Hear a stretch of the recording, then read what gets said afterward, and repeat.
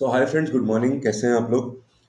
Due to some reasons including some technical reasons बीच में एक ब्रेक आ गया था। So we are resuming the daily series, the revision series. अब ये कैट तक चलती रहेगी कंटिन्यूस, बिल्कुल। अब हम लोग स्टार्ट करने इस वाले वीडियो में प्रोग्रेशंस।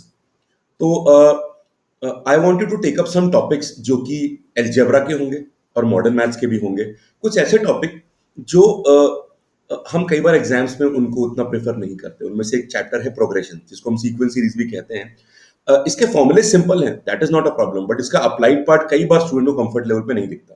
ठीक। तो वही मैं देखना चाह रहा था कि अगले 2-3 वीडियो में वीडियो बनाएंगे जिसमें कि आज हम सारे फॉर्मुलेस देखेंगे एंड द डेरिवेशंस। उसके साथ साथ हम कुछ सवाल जो कैट में आ चुके हैं and some other exams and some new questions, जिससे हम ये समझने की कोशिश करते हैं कि स्पेशली कैट इस चैप्टर से क्या डिमांड करता है। ठीक है। और जब आप लोग टेस्ट सीरीज दे रहे हैं तो आपने रियलाइज किया होगा कि सीक्वेंस सीरीज के सवाल थ्योरी पढ़ते वक्त आसान लगते हैं, पर एग्जाम में पता नहीं क्यों नहीं हो पाते कई बार। और आना पक्का है इनका, मतलब प्रोग्रेशन इज दैट चैप्टर जहां से कैट ऑलमोस्ट हर साल क्वेश्चन आए हैं इससे। तो अगले साल भी, इस साल मतलब पूरी उम्मीद है कि इसके सवाल आएंगे। तो कैसे हम सवालों को समझ पाए, कॉन्फिडेंस गेन कर पाए, क्योंकि direct formula based question progression से नहीं आता, अप्लाइड क्वेश्चन आता है, पर वो इतना मुश्किल भी नहीं होता। तो इसलिए हम कुछ ऐसे क्वेश्चन कैट के लेंगे जो इजी कैटेगरी में नहीं थे, देवर फ्रॉम मॉडरेट टूवर्ड्स डिफिकल्ट। पर क्या वो हो सकते थे, और अगर हो सकते थे तो कैसे हो पाते? ठीक है। तो इसलिए हम काफी पुराने कैट में जाके, इंक्लूडिंग टिल रिसेंट, काफी सारे क्वेश्चंस देखेंगे इसमें, ताकि वो एप्लीकेशन में थोड़ा कॉन्फिडेंस आ पाए, specially the approach that has to be followed. ठीक। तो एक तो अप्रोच वाली बात, और उसके अलावा फॉर्मुले भी हम सारे बात करेंगे। आइए कहानी को शुरू करते हैं। ठीक है। तो प्रोग्रेशंस में फॉर्मुले सिंपल से, बट उनका रिवीजन बहुत जरूरी है, बिकॉज यही सब काम आता है। तो जल्दी से मैं रिवीजन करवा दूं आपको, ताकि फिर जब क्वेश्चंस करेंगे तो ये फॉर्मुले हम लोग कहीं से भूल ना जाए। ठीक। तो प्रोग्रेशंस बेसिकली आप जानते हैं, group of numbers which follow some specific pattern. और पैटर्न मेनली 3 तरह के ही बनते हैं, इसलिए हम प्रोग्रेशंस बस 3 तरह के पढ़ते हैं। थ्योरी बताने का मतलब कि मुझे कमेंट्स में कई बार मैं आपके कमेंट बहुत क्रूशियल होते हैं। आप लोग बहुत सिंसियरली फीडबैक देते हो। कई बार लोग बहुत सिंसियरली क्रिटिसाइज भी करते हैं, which is very very important. मुझे कई बार ये भी मैसेज आया कि थोड़ा रिपीटेशन एलिमेंट आ रहा है पिछले रिवीजन सीरीज से। देखिए, आई कंप्लीटली अंडरस्टैंड कि ये नहीं होना चाहिए, बट थोड़ा होगा, क्योंकि देखिए सिलेबस तो सेम ही। ठीक। और दूसरी बात, मैं पूरे अप्लाइड पार्ट पे जाना नहीं चाहता, because there can be students जिनको थ्योरी रिवीजन भी चाहिए होगा। ठीक। तो इसलिए मैं चाह रहा हूँ कि दोनों पार्ट अगर मिले रहे तो, और ट्रस्ट भी, दोनों पार्ट जरूरी है, और एग्जाम में आपको फायदा जरूर फील होगा। तो थोड़ा समय देखिए, सीरीज को देखते जाइए। बाकी उन फीडबैक्स को और बेटर तरीके से इंप्लीमेंट करने की कोशिश मेरी तरफ से होती रहेगी। चलिए। तो हमारे प्रोग्रेशन 3 तरह के होते हैं। पहला होता है अरिथमेटिक प्रोग्रेशन। अरिथमेटिक प्रोग्रेशन जिसको हम लोग क्या बोलते हैं, एपी। फिर होता है हमारा ज्योमेट्रिक प्रोग्रेशन।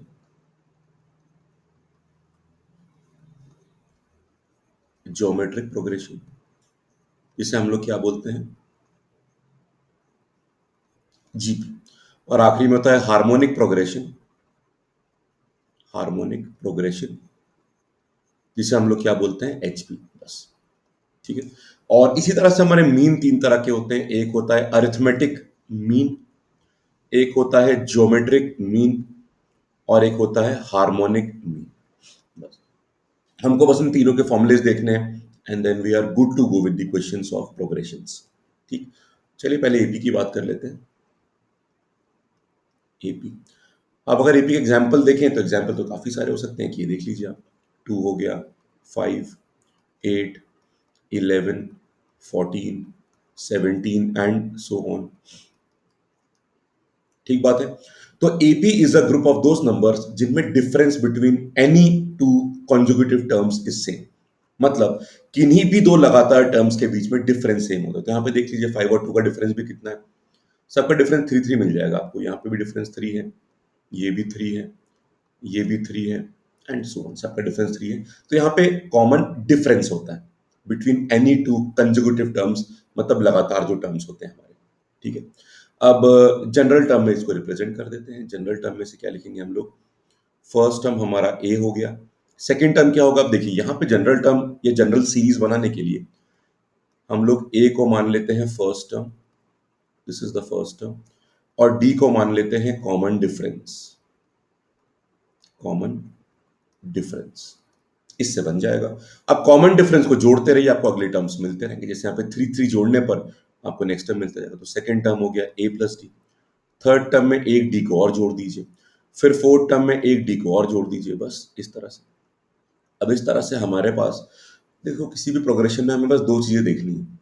एक तो उस प्रोग्रेशन का nth टर्म क्या होगा, और दूसरा उन n टर्म्स तक का सम क्या होगा। तो हमें तीनों प्रोग्रेशन में दो ही फॉर्मूले से खास मतलब रहेगा, टी एन और एस एन। ठीक है, तो यहां पे अगर हम देखेंगे अरिथमेटिक प्रोग्रेशन में एन टर्म क्या होता है। अब देखिए, फर्स्ट टर्म में डी एक बार भी नहीं आ रहा है, सेकेंड टर्म में डी एक बार आ रहा है, थर्ड टर्म में डी दो बार आ रहा है, फोर्थ टर्म में तीन बार आ रहा है, तो एन टर्म में एक कम बार आएगा। तो एन टर्म क्या होता है, A plus N minus one into D. ठीक बात है, तो ये हमारा एन टर्म बन चुका है, पहला फॉर्मूला।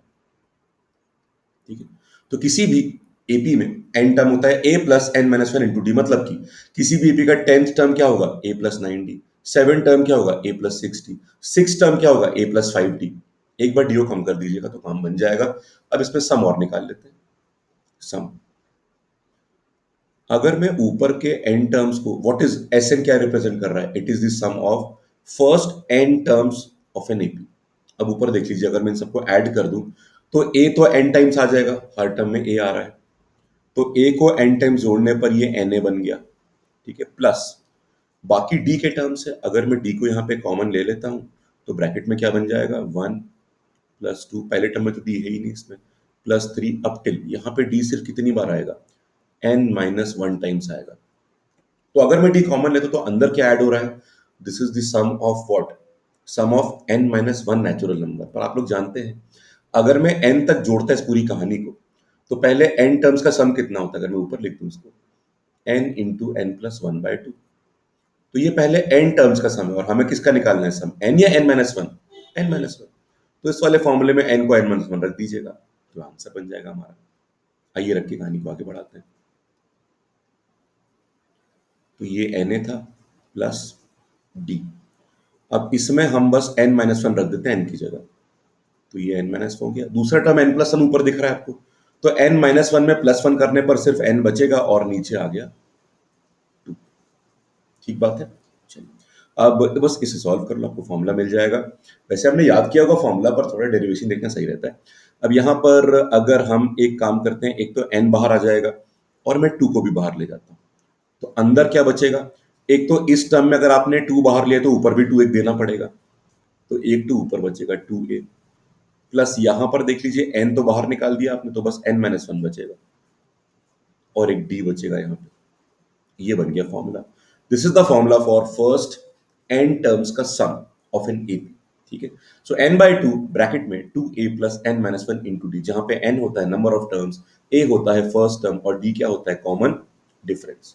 ठीक बात है, हमें सम का फॉर्मूला एक फॉर्मेट में और मिलता है, सेम फॉर्मूला रहेगा, हल्का सा मॉडिफाई कर देते हैं। वो ऐसे कर देते हैं, अगर इस टू ए को मैं दो पार्ट में अलग करके लिख दूं, ए प्लस ए करके तो लिख ही सकता हूं, तो एक बनेगा ए और दूसरा क्या बनेगा, A plus N minus one into D, जो कि हमारा क्या होता है, nth टर्म, मतलब लास्ट टर्म। तो हम इसी फॉर्मूले को ऐसे लिख सकते हैं, that S N is equal to what, N by two. Bracket में देखिए क्या बन गया, ए प्लस ए अलग कर दिया, पहले ए को फर्स्ट टर्म बोल दो, अब दूसरे ए को n minus one into D के साथ पेयर अप कर दो आप, तो वो बन जाएगा हमारा nth टर्म, मतलब लास्ट टर्म। ये रहा फॉर्मूला, क्लियर है बात। तो इसी कारण से हमारे पास एपी में सम के दो फॉर्मूले के रूप आ जाते हैं। पहला क्या होता है, एन बाई टू ब्रैकेट में two A plus N minus one into D, और दूसरा क्या होता है, n by two into first term plus last term. अब बात सिंपल से कि आपको यूज कौन सा करना है, बड़ा सिंपल चीज है। अगर किसी क्वेश्चन में सम निकालना है और लास्ट टर्म दिया हुआ है, तो सेकंड फॉर्मेट यूज करना बेटर रहता है, और लास्ट टर्म नहीं दिया और आपको एन और डी दिया हुआ है, तो फिर फर्स्ट फॉर्मूला बेटर रहता है। ठीक है, तो क्वेश्चन के ऊपर डिपेंड करता है कि फॉर्मूला कौन सा है, पर सेकंड फॉर्मूला पता होना चाहिए। अगर आपको लास्ट टर्म दिया है फिर भी आप उसमें दोबारा एन निकाल के और डी निकाल के आंसर निकाल रहे हो, तो प्रॉब्लम है फिर। ठीक है, तो बेसिकली लास्ट टर्म दिया है तो आपको फॉर्मूले में डी निकालने की जरूरत नहीं पड़ती, टाइम बच सकता है उसमें। ठीक है, बस दो ही फॉर्मूले थे एपी में। थोड़ा अरिथमेटिक मीन की बात कर लेते हैं, it is again very very important. ठीक है, वैसे अरिथमेटिक मीन की कहानी हम लोग थोड़ा स्टैटिस्टिक्स में भी देखते हैं, पर यहाँ पर भी देख लेते हैं, इट इज इंपॉर्टेंट। ठीक, चलिए, तो पहले तो एक बात ध्यान रखिएगा कि अरिथमेटिक मीन, अगर मुझे अरिथमेटिक मीन निकालना है तो जिन वैल्यूज या जिस डेटा का मैं अरिथमेटिक मीन निकाल रहा हूं उनका एपी में होना जरूरी नहीं है।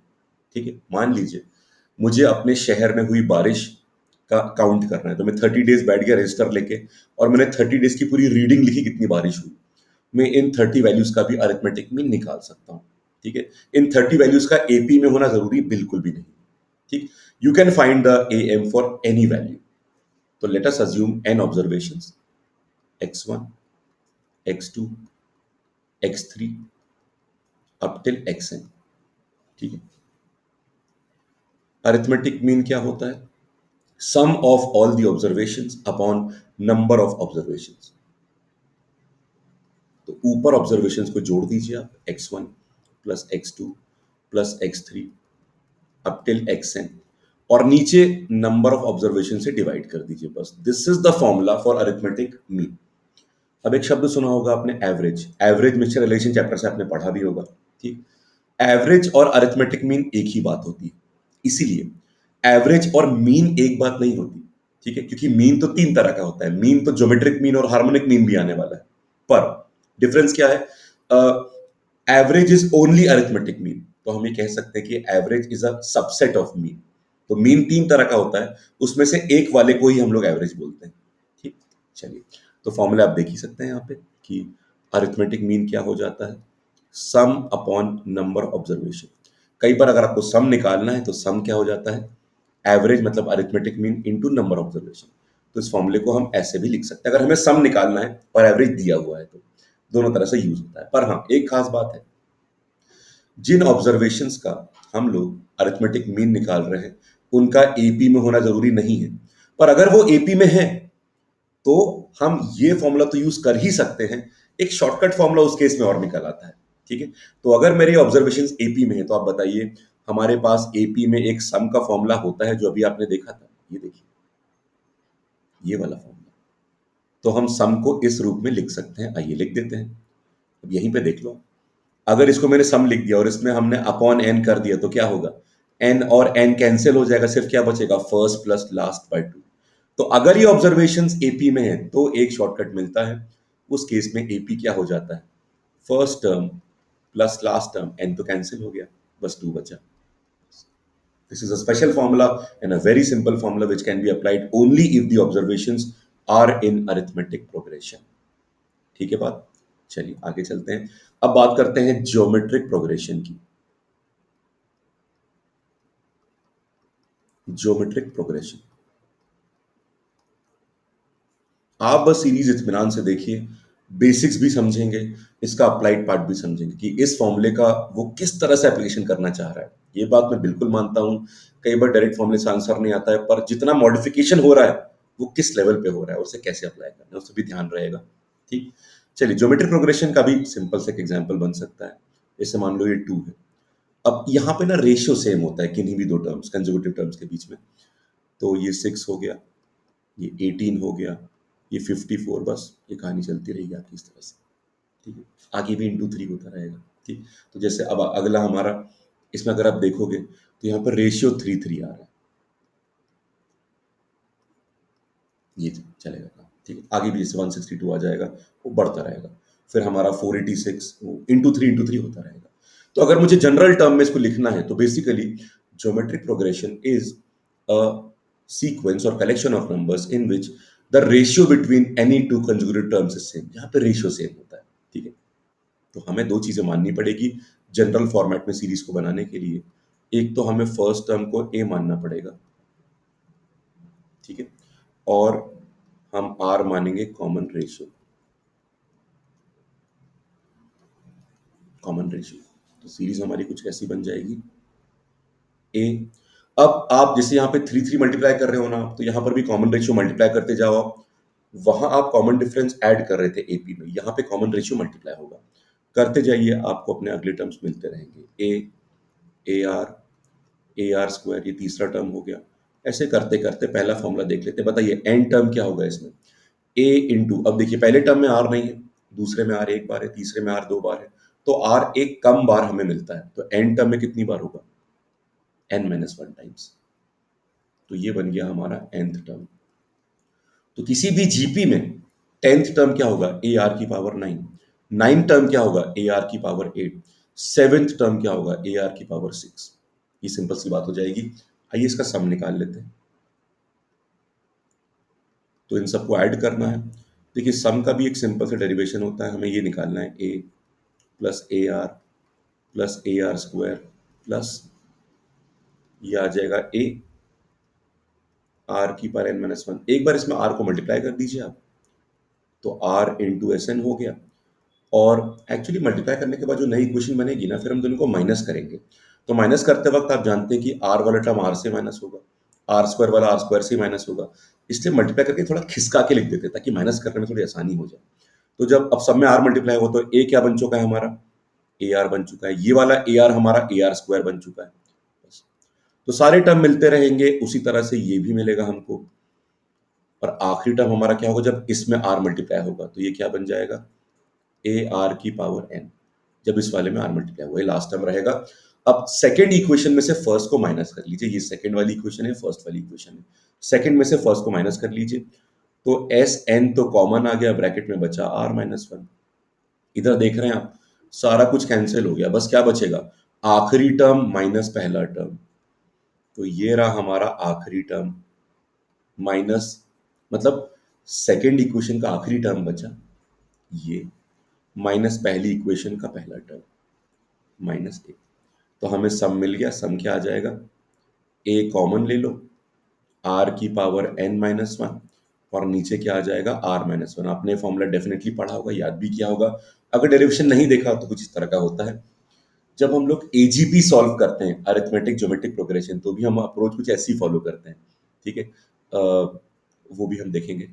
ठीक, चलिए। तो एक फॉर्मूला ये हो गया, this is the generic formula, sum of the n terms of a GP, A bracket में आर की पावर n-1 अपॉन r-1, जहां पे ए होता है फर्स्ट टर्म, आर होता है कॉमन रेशियो और एन क्या होता है, number of terms, number of terms. ठीक बात है। जैसे हमें एक एपी में फॉर्मूला मिला था जिसको हमने फर्स्ट और लास्ट टर्म के फॉर्मेट में लिखा था, कुछ वैसी कहानी जीपी में भी होती है। तो अगर किसी क्वेश्चन में जीपी का सम हमें निकलवा रहा है, उसने हमको लास्ट टर्म दे दिया, तो हम उसे डायरेक्टली यूज कर सकते हैं। That will be a far better and a simple approach in the question. आइए कोशिश करते हैं अगर ये हो पाता है, नहीं हो पाता। तो पहले ए को अंदर लेके आते हैं, ए आर की पावर एन माइनस ए और नीचे r-1। अब देखिए इसमें आर कितनी बार है, एन टाइम्स। इसमें एक आर को मल्टीप्लाई करके रखते साथ में, पर मल्टीप्लाई करके अलग लिख देते हैं, उसी टर्म में अलग लिख देते हैं। तो हमारे पास कितने आर बचेंगे, n-1। तो अगर मैं इसको ऐसे लिखूं, आर थोड़ा अलग करके लिख दूं, और बचेंगे आर की पावर n-1, और एक ए तो है ही यहाँ पे। ठीक, और ये इसको इसी के साथ लिख देते हैं,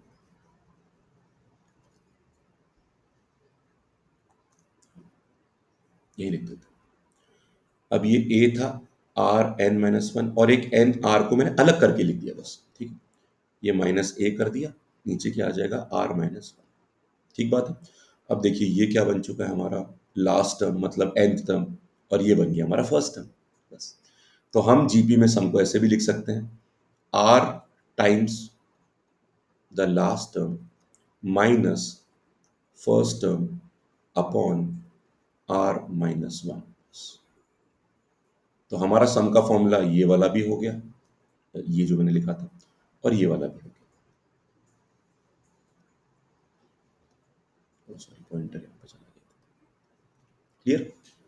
तो जीपी के दो फॉर्मूले बताइए क्या होते हैं, ए ब्रैकेट में आर की पावर n-1 अपॉन r-1, और आपको लास्ट टर्म दिया तो फॉर्मूला क्या होगा, क्या होगा, r into last term minus first term upon r-1। Clear है बात बिल्कुल। ये दूसरा फॉर्मूला बहुत काम का होता है, लास्ट टर्म में कभी भी जीपी में दिया आपको तो सम निकालने के लिए पूरी मेहनत यहाँ पे नहीं करनी पड़ेगी, आपको सीधे आंसर आ जाएगा।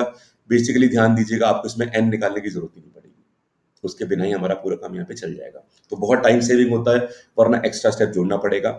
Common ratio into the last term minus first term upon r-1। R सिर्फ लास्ट टर्म में मल्टीप्लाई हो रहा है, फर्स्ट टर्म में मल्टीप्लाई नहीं हो रहा, वो सिर्फ माइनस में आ रहा है। ठीक है, चलिए। जीपी का एक थोड़ा सब टॉपिक और बनता है, फिर कहानी को हम लोग वाइंड अप करेंगे, जो क्या है हमारा इनफाइनाइट जीपी।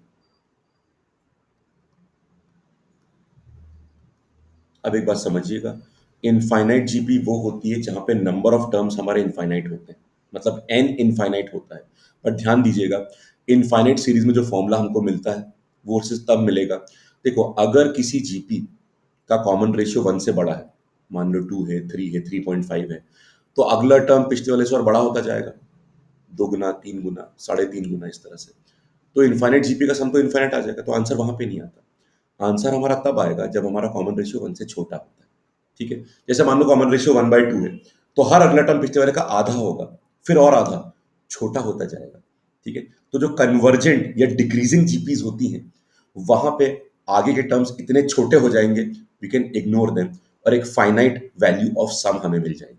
ठीक है, तो सिर्फ कन्वर्जेंट या डिक्रीजिंग जीपी जिनका कॉमन रेशियो 1 से छोटा होता है, उन्हीं का आंसर आता है। ठीक है, इसीलिए अच्छा, 1 से छोटे का मतलब ये है कि हो सकता है कॉमन रेशियो हमारा माइनस में चल रहा हो, तो आप इतना समझ लीजिए कि हमारा कॉमन रेशियो -1 से 1 के बीच में आना चाहिए। मतलब आप ये मान लो कि हमारे कॉमन रेशियो का मॉड 1 से छोटा होना चाहिए, या फिर हमारा कॉमन रेशियो -1 और 1 के बीच में होना चाहिए। ठीक, क्योंकि भाई हमें माइनस इन्फाइनाइट भी तो सम नहीं चाहिए ना। अगर हमारे कॉमन रेशियो नेगेटिव है, तो उस नेगेटिव में हमारी वैल्यू -1 से छोटी नहीं होनी चाहिए, -1 से 0 के बीच में होनी चाहिए। ठीक है, तो आप सिंपल बात मान लो कि भाई हमारे हमें हमें 1 से छोटी वैल्यू चाहिए। ठीक, और अगर माइनस में कर रहे हैं तो -1 से बड़ी वैल्यू चाहिए, बस -1 से 1 के बीच में होनी चाहिए, ताकि डिक्रीजिंग जीपी मिल पाए। माइनस वाले बहुत केस तो बनते नहीं, अक्सर प्लस वाले केस ही बनते हैं। ठीक है, तो अब प्लस अगर बात हो रही है, कॉमन रेशियो पॉजिटिव है, तो कॉमन रेशियो कौन सा होना चाहिए? 1 से बड़ा नहीं, 1 से छोटा। ठीक, अब देखो हमारे पास सम का फॉर्मूला तो पहले से था, ए ब्रैकेट में r की पावर n-1, और ये हो गया r-1। अब इस फॉर्मूले में सिर्फ एक चेंज आने वाला है, हमारा कॉमन रेशियो 1 से छोटा हो चुका है और हमारा n इनफाइनाइट हो चुका है। अवर n इज इनफाइनाइट, तो बस इस टर्म में चेंज आएगा, बाकी सब में कोई चेंज नहीं आने वाला। अब मुझे बताइए आप, हमारा कॉमन रेशियो मान लो 1/2 है, 1/2 की पावर इनफाइनाइट, अगर आपने 1/2 की पावर बहुत बड़ी कर दी, तो 1/2 इनफाइनाइट बार मल्टीप्लाई होगा, it will be a very small number, जिसको आप जीरो मान सकते हैं। सो आप इसको ऐसे बोलेंगे, when n will move towards infinity, r की power n will move towards zero, zero मान लो, तो क्या बना, ऊपर a बचा, ये -1 बचा, नीचे बचा r-1। ठीक है, तो आप माइनस ऊपर है तो नीचे इनको पलट दो आप, तो माइनस गायब हो जाएगा, मतलब एक -1 मल्टीप्लाई कर दो ऊपर भी और नीचे, तो ऊपर तो a का a रह गया, नीचे क्या बन गया, 1 - r, बस। ठीक है, पर एक चीज मैं और बताऊंगा आपको इसमें, वो चीज ये है हर बार जो आप अजम्पशन लेते हो क्वेश्चन में, उसमें हर बार फर्स्ट टर्म ए नहीं होता, कई बार अजम्पशन कुछ और भी लेने पड़ते हैं। इसी कारण से इस फॉर्मूले को ऐसे मत याद करो, आप ऐसे याद कर लो कि s infinite is equal to what, first term, first term upon 1 minus common ratio. A हमारा फर्स्ट टर्म है और आर के कॉमन रेशियो, तो first term upon 1 minus common ratio, ऐसे याद करोगे तो कभी भी किसी तरह कंफ्यूजन नहीं होगा। ठीक है, चलिए, तो ये हो गया। अब थोड़ा बात कर लेते हैं ज्योमेट्रिक प्रोग्रेशन की। Geometric progress, sorry, geometric progression तो कर लिया, ज्योमेट्रिक मीन की बात कर लेते हैं, इसको पूरा हटा देते हैं, बस आधा एक टॉपिक और बचा है, फिर कहानी खत्म।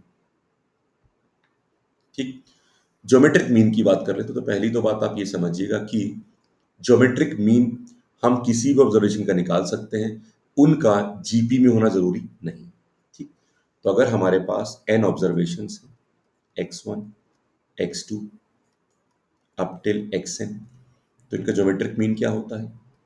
जैसे अरिथमेटिक मीन एडिशन के रूप में आया था, ज्योमेट्रिक मीन मल्टीप्लिकेटिव फॉर्म में आता है। इसी कारण से आप पहले ऑब्जर्वेशंस को सबको मल्टीप्लाई कर लीजिए अप टिल xn।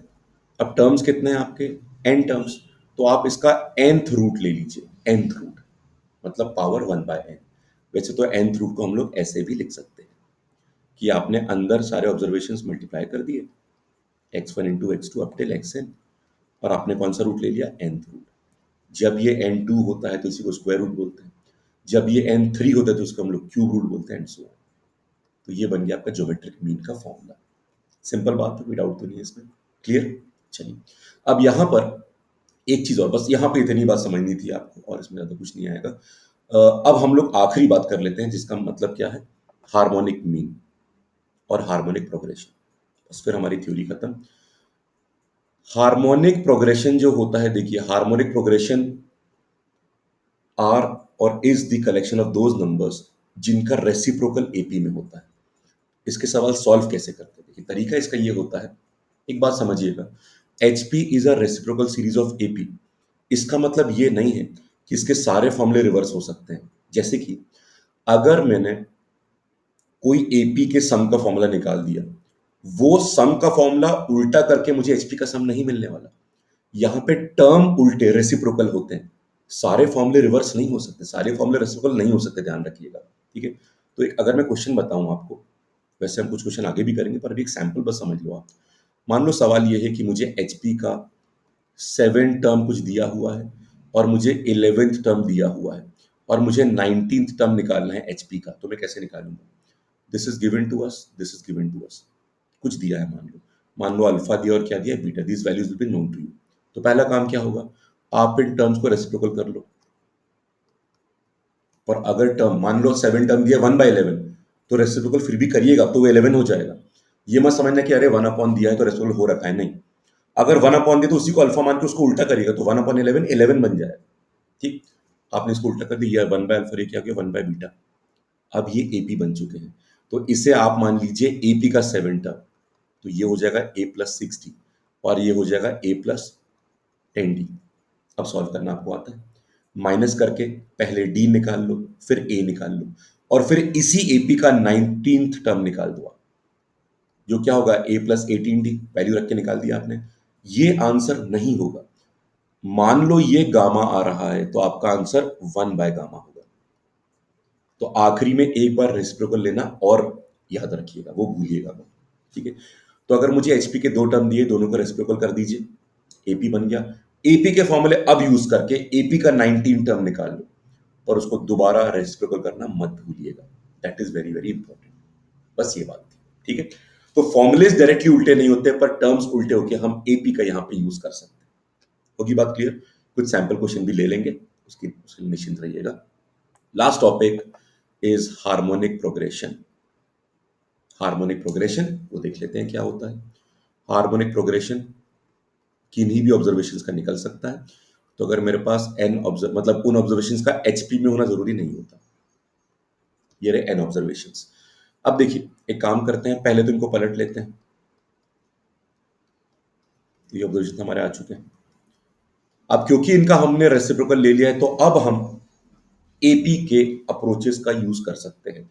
तो अब इनका एएम निकाल लेते हैं हम लोग। एएम कैसे निकालेंगे, इनको प्लस कर लेंगे और अपॉन एन कर देंगे। ठीक है, पर हमारा आंसर ये नहीं है, हम ये अप्लाई करने के बाद एक बार आखिरी स्टेप में रेसिप्रोकल और लेते हैं। तो बताइए एच एम क्या होगा? एच एम ये नहीं होगा, एच एम के लिए आपको एक बार रिवर्स करना पड़ेगा। तो एन आ गया ऊपर और नीचे क्या आ जाएगा, 1/x1 plus 1/x2 up till 1/xn। This is the formula for harmonic mean. Simple है बात। ठीक है, चलिए अब क्लास खत्म करने से पहले एक आखिरी बात सुन लीजिए। अगर मेरे पास सिर्फ 2 ऑब्जर्वेशन हैं तो एक बार 2 ऑब्जर्वेशन में हमारा एएम जीएम और एचएम क्या बनेगा वो देख लेते हैं। बताइए 2 नंबर्स का एएम क्या होगा? दोनों को जोड़िए, अपॉन 2 कर दीजिए, खत्म बात। दोनों का जीएम क्या होगा? दोनों को मल्टीप्लाई कर दीजिए और कौन सा रूट लीजिएगा? सेकेंड रूट, स्क्वायर रूट हो जाएगा। और 2 नंबर्स का एचएम क्या होगा? एचएम कैसे लिखोगे आप? ऊपर n2 आ गया, नीचे क्या आ जाएगा? 1/a plus 1/b। थोड़ा सॉल्व कर लो, नीचे आप ए बी ले लो, तो ऊपर यहाँ पे अगर आप ए बी लोगे तो यहाँ पे a प्लस बी आ जाएगा और ए बी को ऊपर ले आओ, तो ये 2ab हो गया और नीचे क्या हो गया? a plus B. ठीक है, तो 2 नंबर्स का एम होता है a+b/2, जीएम होता है √ab और एचएम क्या होता है? 2ab upon a+b। इसलिए 2 नंबर्स में अगर आप ध्यान देंगे, अगर 2 नंबर्स में, ये आखिरी फॉर्मूला बस आने वाला है, अगर 2 नंबर्स में मैं ए एम और एच एम को मल्टीप्लाई करता हूं तो क्या कहानी बनेगी? ए एम और एच एम को मल्टीप्लाई करने पर देखिए 2 और 2 कैंसिल हो गया और ए प्लस बी भी कैंसिल हो गया। सिर्फ क्या बचा आपका? बस ए बी बचा। ए बी बचा। ए बी क्या होता है? जीएम के बराबर या जीएम के स्क्वायर के बराबर? जीएम के स्क्वायर के बराबर, ये देख लीजिए। बस ए बी बचा। ए बी क्या है? जीएम नहीं, उसका स्क्वायर। तो जब हम 2 नंबरों की बात करते हैं तो A M into H M क्या होता है? जीएम का square. Very very important. Clear है बात? ठीक। कई बार क्वेश्चन होता है ना कि आपको दो नंबर्स का दो वैल्यू दे दिया और तीसरा मीन पूछ लिया, ठीक है, मतलब दो मीन देके तीसरा मीन पूछ लिया, काम आ सकता है ये। और एक इनइक्वालिटी भी यहाँ बनती है दैट अगर मेरे सारे ऑब्जर्वेशंस पॉजिटिव हैं तो फिर AM will be more than equal to GM which will be more than equal to HM। ठीक बात है। तो ये भी हम इनइक्वालिटीज में काफी यूज करते हैं, कुछ क्वेश्चन जब करेंगे इनइक्वालिटीज के तो ये काम आ सकता है।